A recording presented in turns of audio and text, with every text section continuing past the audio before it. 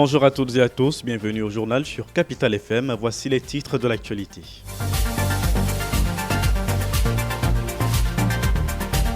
À la une de votre édition présidentielle 2025, de nombreuses manifestations ont éclaté dans plusieurs villes à travers le territoire national, alors que le gouvernement camerounais appelle à la vigilance face aux autoproclamations. La contestation gagne la rue et vire au chaos. Dans ce contexte de revendication, où se situe la limite entre colère populaire et vandalisme? On en parle dans cette édition. Dans ce journal, on reviendra également sur le jour du vote. C'était dimanche dernier dans le dossier de la rédaction entre électeurs bloqués, transferts mal compris et communication défaillante. De nombreux Camerounais n'ont pas pu exercer leur droit de vote le 12 dernier.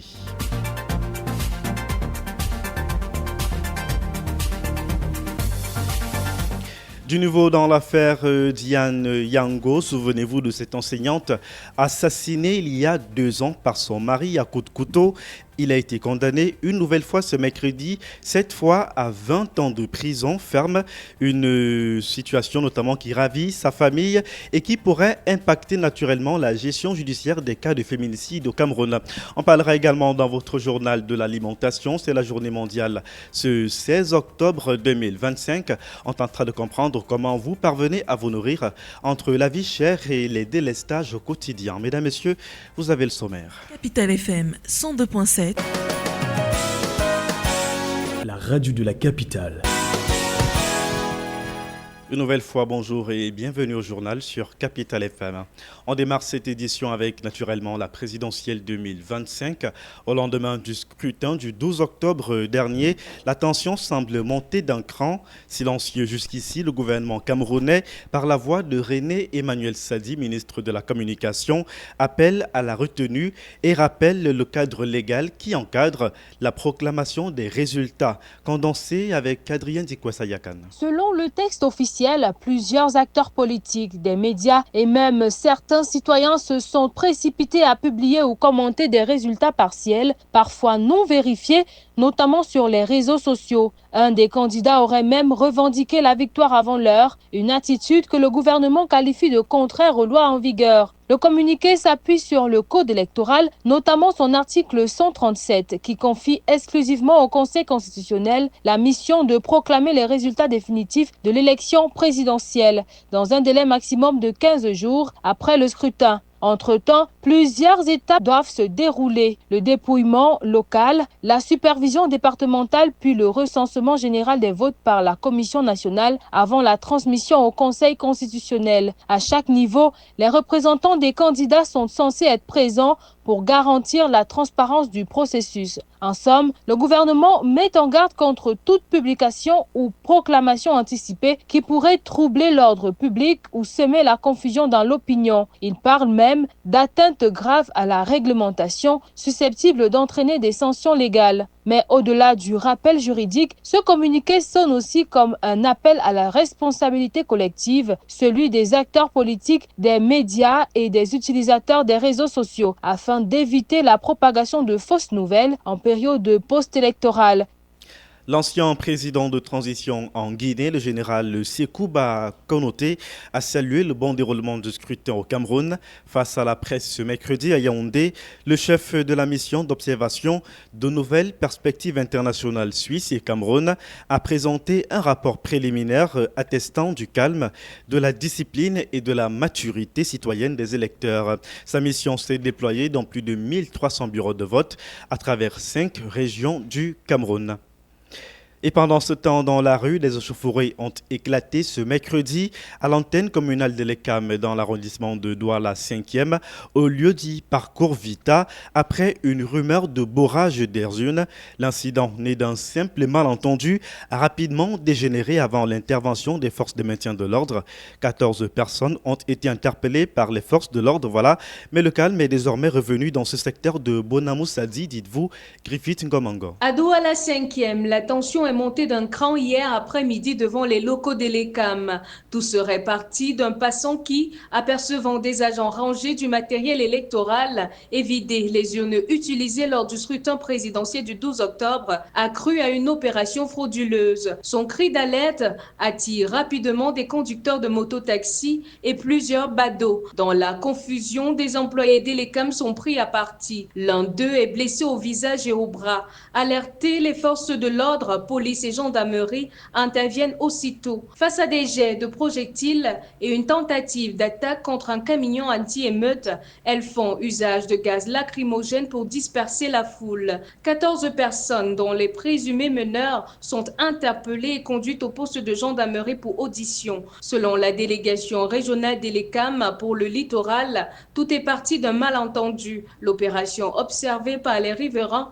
n'était qu'un rangement de matériel après le scrutin. Sur les lieux, le sous-préfet de Douala, 5e, et le préfet du Vouri ont appelé la population au calme et à la confiance dans le processus électoral. En fin d'après-midi, la circulation a repris normalement à Bonamoussadi, mais l'incident rappelle combien le climat post-électoral reste sensible dans certaines communes urbaines du pays, où les rumeurs circulent plus vite que les clarifications officielles. Situation plus tendue à Tchang où des heurts ont éclaté tandis que les manifestants dénoncent des fraudes présumées. Des images et témoignages font état d'actes de vandalisme et d'interventions musclées des forces de l'ordre. Retour sur les faits qui distinguent notamment une manifestation d'un acte criminel. Est-ce que prévoit la loi à ce sujet avec Jaïe Les Audios? Le centre-ville de Tchang a été sécurisé totalement, à part le bâtiment de Téléville qui a pris feu et une partie de la zone du commissariat. Tous ces malfrats se sont transportés ici chez le recteur. Ils ont commencé à brûler la guérite. Pour que les demandes sont arrivés à Tchang. Les premiers rassemblements à Tchang ont commencé comme des manifestations des rues.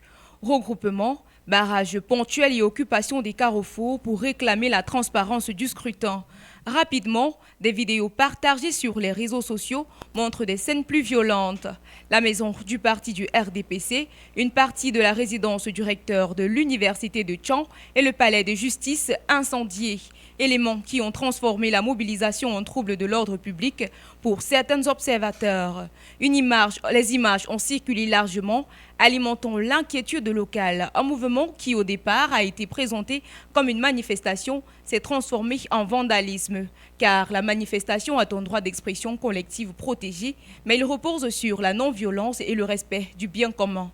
Pourtant, le vandalisme est synonyme de destruction volontaire, d'incendie et de pillage tel qu'observé à Tchang. Autrement dit, la population a franchi la ligne rouge.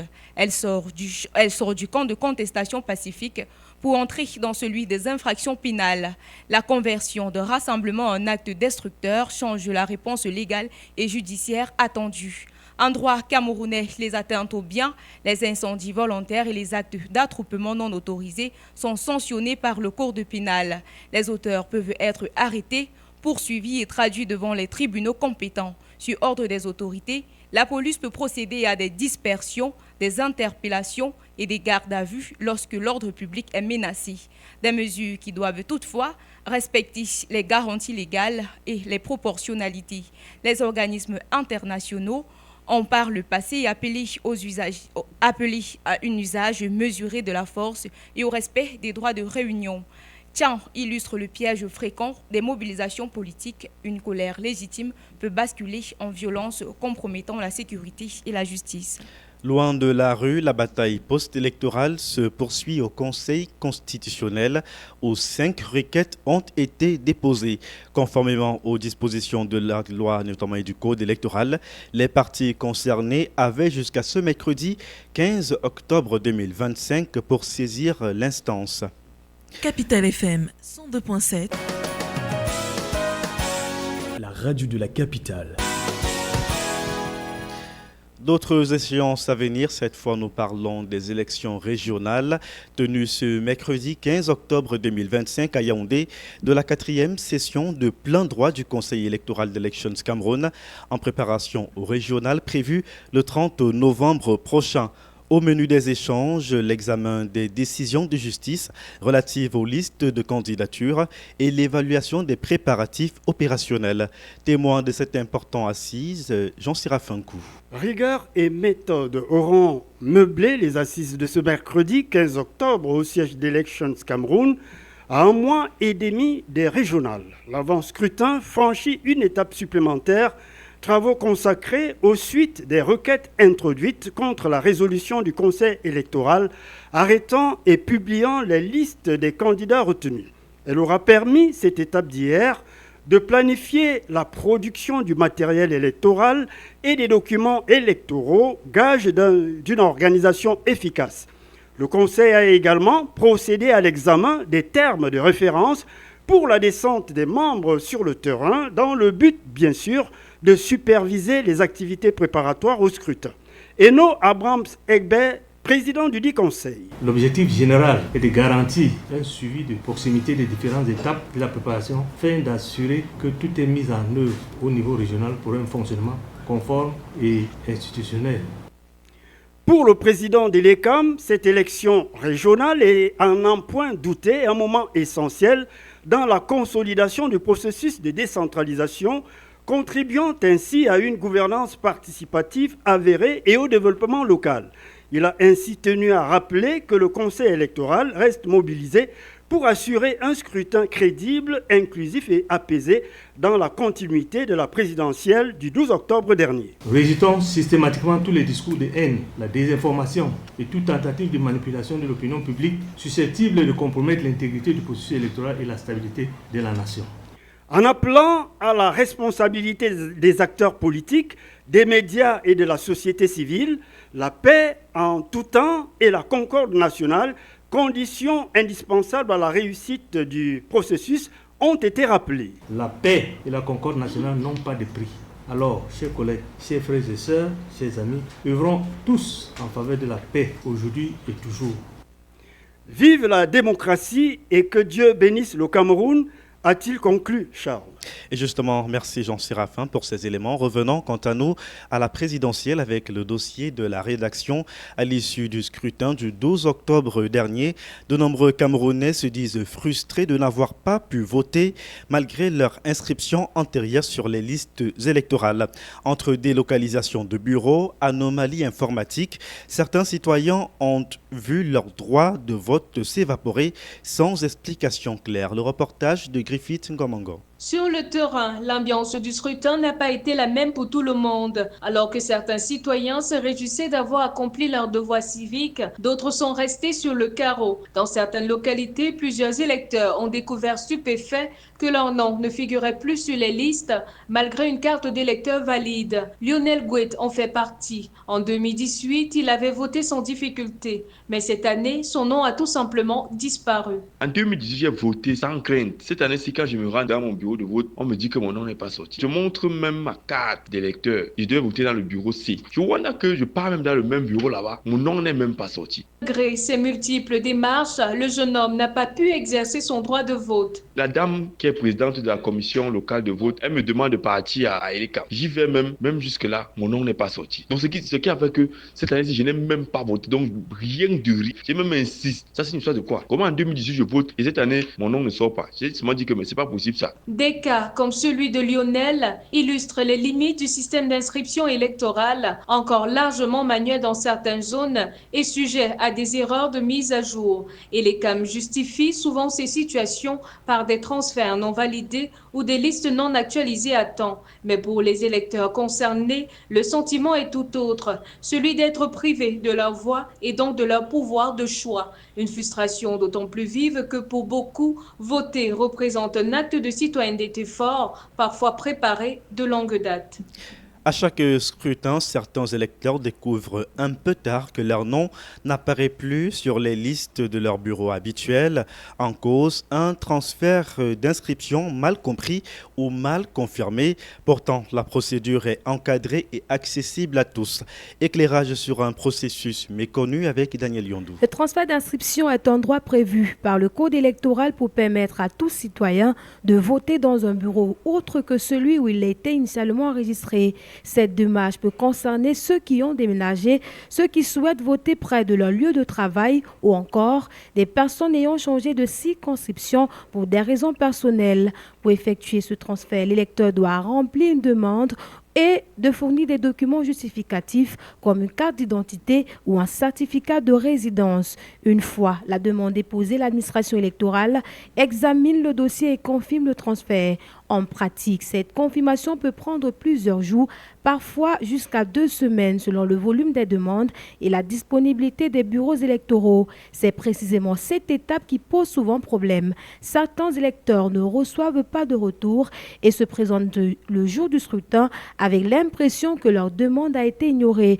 D'autres confondent leur ancien et leur nouveau bureau ou ne vérifient pas que le transfert a bien été enregistré dans le fichier électoral. Résultat, des files d'attente, des frustrations et parfois des votes manqués. Au-delà de la procédure, ces situations reflètent également une dimension sociologique, la confiance du citoyen dans le système électoral.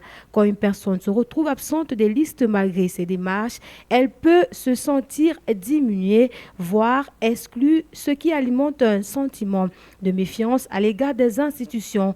Pour limiter les erreurs, il est recommandé aux électeurs de consulter régulièrement les listes disponibles en ligne ou dans les bureaux de vote, de noter les délais pour les demandes de transfert et de s'assurer de recevoir la confirmation. Si le transfert d'inscription est un outil pour garantir l'accès au vote, sa réussite dépend autant de la rigueur administrative que de la compréhension et de l'attention de chaque citoyen. Et si la participation a été jugée globalement satisfaisante par les observateurs locaux et internationaux, certains électeurs ont pourtant vécu une expérience laborieuse, transformant le simple vote en véritable parcours d'obstacles. Une situation qui remet sur la table le flou observé dans la communication électorale. Lorraine Ekwemi. Bureau de vote déplacé sans indication claire, changement de numérotation ou encore signalétique insuffisante sur le terrain. Résultat, des files d'attente interminables, des confusions et parfois du découragement. Dans plusieurs circonscriptions, des électeurs se sont retrouvés déboussolés. Autant de situations qui bien souvent ne révèlent pas de la mauvaise volonté des organisateurs, mais d'un déficit de communication entre les instances locales des LECAM et les électeurs eux-mêmes.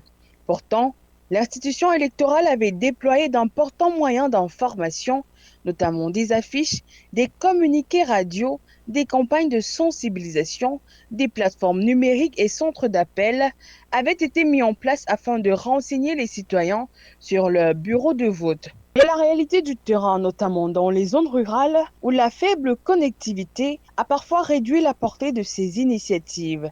Là où les relais communautaires manquaient l'information, n'a pas toujours circulé jusqu'au dernier kilomètre. Il faut donc souligner la nécessité d'un maillage communicationnel plus fin, car au-delà de la logistique électorale, l'enjeu est bien plus celui de la pédagogie. Expliquer, anticiper et surtout s'assurer que chaque électeur sait où et comment voter. Pour les échéances à venir, des pistes d'amélioration s'imposent, notamment renforcer la communication de proximité à travers les chefs traditionnels, les leaders religieux et les radios communautaires, développer une application mobile plus interactive et géolocalisée, multiplier les points d'information temporaires dans les quartiers urbains à forte densité. Parce qu'au fond, la transparence électorale ne se joue pas uniquement dans les urnes, mais aussi dans la capacité à informer chaque citoyen jusqu'au dernier bulletin. Capital FM 102.7. La radio de la capitale. Vous êtes à l'écoute de Capital Info midi, il est 12h passées de 19 minutes à Yaoundé. Je vous le disais en titre, le procès en appel dans l'affaire baptisée Dion Yango a rendu son verdict ce mercredi 15 octobre. Son mari, Eric Bekobe Mvando, a été condamné à 20 ans de prison ferme pour coup mortel, une décision qui pourrait marquer un tournant décisif dans la lutte contre les violences conjugales au Cameroun. Daniel Yondou. Enseignante assassinée il y a 2 ans, ans, Dian Yango restera à jamais dans la mémoire collective pour sa trajectoire brisée par la violence. Ce mercredi 15 octobre, la Cour d'appel du littoral a enfin rendu justice. Eric Bekobe Vondor, son mari, a été condamné à 20 ans de prison ferme pour coup mortel. Le président du tribunal, Raymond Billon, a émis un mandat d'arrêt immédiat marquant le début de l'exécution de ces peines sévères. Cette décision, bien plus stricte que la première condamnation de 5 ans avec sursis, était attendue avec impatience. Elle intervient après 2 années d'indignation et de mobilisation de l'opinion publique qui avait vivement critiqué la clémence de la première sentence. À travers ce verdict, la justice camerounaise envoie un signal clair. La vie des femmes ne peut plus être mise en péril sans conséquence. Pour rappel, Dian Yango avait été retrouvée morte dans son domicile, victime de violences répétées de la part de son mari. Dès l'annonce de la tragédie, les réseaux sociaux et les associations de défense des droits des femmes avaient dénoncé le laxisme du système judiciaire face aux violences conjugales. Les manifestations et les campagnes de sensibilisation ont alors mis en lumière un problème profond, l'impunité dont jouissent encore trop souvent les auteurs de violences domestiques.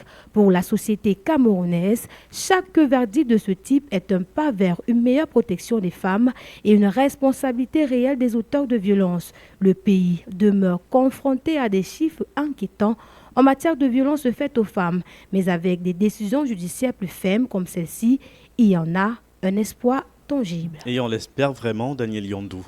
L'alimentation est au cœur du débat ce 16 octobre 2025 à l'occasion de la journée mondiale à elle consacrée.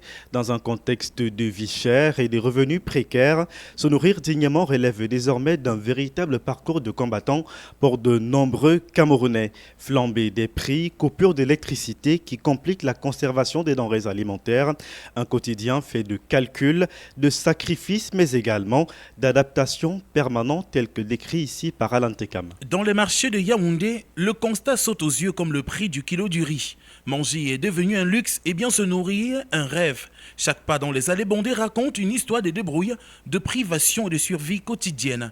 D'un étal à l'autre, Charline et Odette laissent éclater leur voix. Je ne peux pas dire que je me nourris bien. Je suis suivi, donc obligé de manger très peu pour que ça atteigne 2 jours, puisque c'est tellement dur, la vie est dure. Et la nourriture est excessivement chère. Donc les produits de première nécessité comme le sucre, le riz, l'huile, c'est cher. Chez moi, je jongle pour manger. Je jongle seulement. Même si tu as de l'argent, tu arrives au marché, tu ne parviens même pas à faire vraiment même les achats. Combien de fois tu n'as pas l'argent? Nous sommes seulement en train de jongler. On mange aussi le riz. Elles comptent, recalculent, réduisent les portions, mais finissent toujours par le même constat. Le ventre réclame plus que le portefeuille ne peut offrir. Plus loin, Marceline, le visage marqué par la fatigue, confie ne plus s'en sortir. Ainsi, la marmite devient le calendrier et le repas, un souvenir prolongé. On ne peut pas dire qu'on va faire la cuisine chaque jour. De nos jours-ci, c'est pas facile. On planifie chaque 2 jours. Donc tu fais un repas quand même consistant qui peut tenir pour 2 jours. À défaut, le jour qu'il n'y a pas, vous essayez aussi de faire comme vous pouvez. Juste pour tenir la journée, le temps ne nous permet pas. Il y a l'encadrement des enfants, on doit manger, on doit se vêtir, on doit aller à l'hôpital, on doit. Donc c'est pas, vous comprenez que c'est pas facile. Quant à Hélène et Marguerite, elles ont depuis longtemps cessé de rêver d'un menu équilibré. Pour elles, le choix ne se fait plus selon le goût, mais selon le coût. Elles achètent ce qui est disponible, accessible, sans autre exigence que celle de calmer la faim. Est-ce qu'aujourd'hui on maintient encore le panier ménager? Il y a le panier ménager au Cameroun, papa. Tu te lèves le matin, ce que Dieu te donne, tu fais avec. Tu ne peux pas dire que tu vas maintenir le panier ménager. Même si on te donne 5 000 francs, 5 000 francs ne te fait même pas la nourriture de 2 jours à la maison. Tu vas maintenir le panier. Aujourd'hui, si c'est le chou, on est dedans. Si c'est le couscous, on est dedans. Pour le moment, je maintiens avec le pain. On mange ce qu'on peut manger. Ce que nos poches peuvent nous permettre de manger, c'est tout. L'incontournable riz, le manioc. Et comme c'est la saison de la patate, oui, la patate aussi. Donc, dépendant des saisons, ce que tu peux trouver, là, tu peux acheter. Mais le riz, c'est incontournable. Le haricot. Mais au-delà de ces témoignages, un autre défi persiste, conserver les aliments. Avec les coupures d'électricité, le réfrigérateur devient une simple armoire froide et beaucoup voient leurs efforts partir en fumée avant même d'être consommés. Face à cette réalité, les Camerounais rivalisent d'ingéniosité pour survivre. Entre inflation, rationnement et privation, ils réinventent chaque jour la recette de la résilience. Et pendant que les ventres se vident, les esprits, eux, s'interrogent. Comment bien manger quand on se bat déjà pour manger tout court? Et ce que l'on mange au quotidien raconte autant l'histoire de nos assiettes que celle de nos conditions de vie. Au Cameroun, bien manger n'est pas qu'un choix personnel, c'est aussi une question de culture, de résilience et de réalités économiques, entre autres. Dans ce contexte, comment bien se nourrir au quotidien? Élément des réponses avec Ren Mokongo. Le Cameroun est un pays de grande diversité géographique et culturelle. Des zones côtières aux plateaux, des savanes du nord aux forêts du centre, les aliments de base et les pratiques culinaires varient tout en partageant une richesse commune. Manioc, igname, maïs, plantain, légumes feuilles, poissons et une grande place accordée aux sauces et aux épices. Les défis quotidiens incluent les fluctuations de prix ainsi que les effets du climat sur les récoltes. En matière d'alimentation, les Camerounais se nourrissent largement des féculents, des protéines et une abondance de légumes. Pour le docteur Lydie Vondo, nutritionniste communautaire installée au Sénégal, bien manger, c'est surtout assurer l'accès à une alimentation diversifiée qui couvre énergie, protéines et micronutriments essentiels pour le corps. Le corps a tellement besoin d'une alimentation saine, équilibrée et la pratique du sport. C'est plus important que la génétique, c'est plus important que l'accès aux soins, c'est plus important que tout le reste. Ces deux facteurs-là, en fait, constituent 51% des déterminants de la longévité. Bien manger, bouger. Dans la pratique, je préfère donner la composition des repas. Puisque j'ai dit qu'il faut savoir combiner ces aliments, à travers les repas, composer un petit déjeuner équilibré, un déjeuner équilibré, un dîner équilibré. L'OMS, qui rassemble toutes les études qui ont été faites et qui déclare que voilà la prescription, l'OMS nous dit, ne dépassons pas, si on devait en manger, 5 morceaux de sucre par jour. En milieu urbain, les marchés offrent une grande variété, mais le coût des protéines peut être un obstacle. Les habitants s'appuient alors sur des alternatives locales, haricots, arachides, œufs et parfois poissons secs ou fumés, ce qui les expose à certaines maladies, telles qu'explique ici la nutritionniste. Donc, j'ai beaucoup de cas de personnes qui sont nouvellement diagnostiquées d'une maladie métabolique.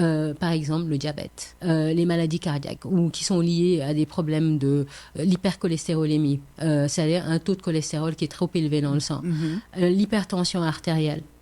Bien manger au Cameroun, c'est avant tout conjuguer accessibilité, diversité et pratique sûre.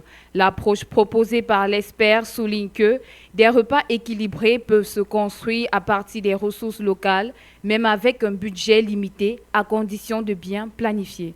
Dans la page santé de votre journal, pas d'alerte mais de la vigilance. Le ministère de la Santé publique appelle les Camerounais à redoubler de prudence face à la recrudescence saisonnière de la grippe. Une situation normale en cette période de l'année. Selon le docteur Manaouda Malachi qui tient à rassurer, la Covid-19 reste sous contrôle. Jaye Lizodio. Comme chaque année pendant les saisons pluvieuses, le Cameroun fait face à une hausse des syndromes grippaux. Dans un communiqué rendu public le 15 octobre 2025, le ministre de la Santé publique, le docteur Manaouda Malachi, indique que sur 850 échantillons analysés ces dernières semaines, 179 se sont révélés positifs, soit un taux de 21,1%. Les virus identifiés sont principalement de type A, H1N1, A, H3N2 et B Victoria, les souches bien connues déjà observées au fil des ans.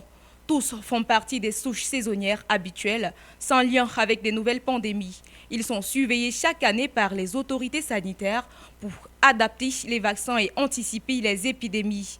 Les régions du centre, de l'ouest et du nord-ouest sont les plus touchées, mais aucun décès n'a été enregistré à ce jour. La situation est donc jugée sous contrôle grâce à une surveillance renforcée par les équipes sanitaires sur le terrain. Le ministère précise que cette hausse ne doit pas être confondue avec une résurgence de la Covid-19. Sur la même période, seuls 5 cas de coronavirus ont été détectés à travers le pays pour un taux de positivité inférieur à 1%. aucune hospitalisation majeure ni variant préoccupant n'ont été signalés. La circulation du syndrome respiratoire aigu sévère coronavirus 2, SARS-CoV-2 en abrégé, reste sporadique et sous contrôle, peut-on lire dans le communiqué. Face à cette recrudescence saisonnière, le docteur Manaouda invite à la prudence sans panique. Il s'agit de renforcer les gestes d'hygiène connus. Port des masques dans les lieux publics fermés, tout dans les plis du cou, de lavage régulier des mains et surtout consultation rapide en cas de fièvre, toux ou difficultés respiratoires. En clair, pas de psychose, mère de la prévention. La grippe saisonnière est bien présente mais maîtrisée et les autorités sanitaires assurent un suivi permanent. Pour tout renseignement, le numéro vert 1510 reste à la disposition du public. La santé publique appelle à la responsabilité de chacun, car se protéger, c'est aussi protéger les autres. Avant de refermer cette édition, cette information qui nous vient de l'étranger à Madagascar, Andry Rajoelina, désormais ex-président malgache, confirme avoir quitté le pays. Le colonel Mikael Randrianirina prêtera serment en qualité de président de la refondation de la République de Madagascar ce vendredi. C'est ce qu'indique un communiqué signé de sa main et publié par la télévision publique.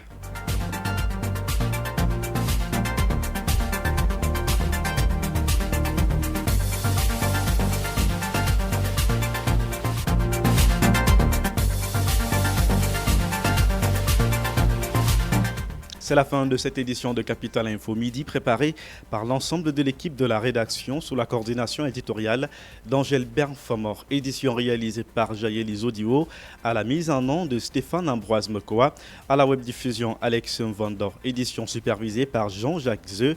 À ces micros de présentation, je suis Charles Lacoa. Merci de votre fidélité à nos programmes. D'ailleurs, ils se poursuivent sur la 102.7.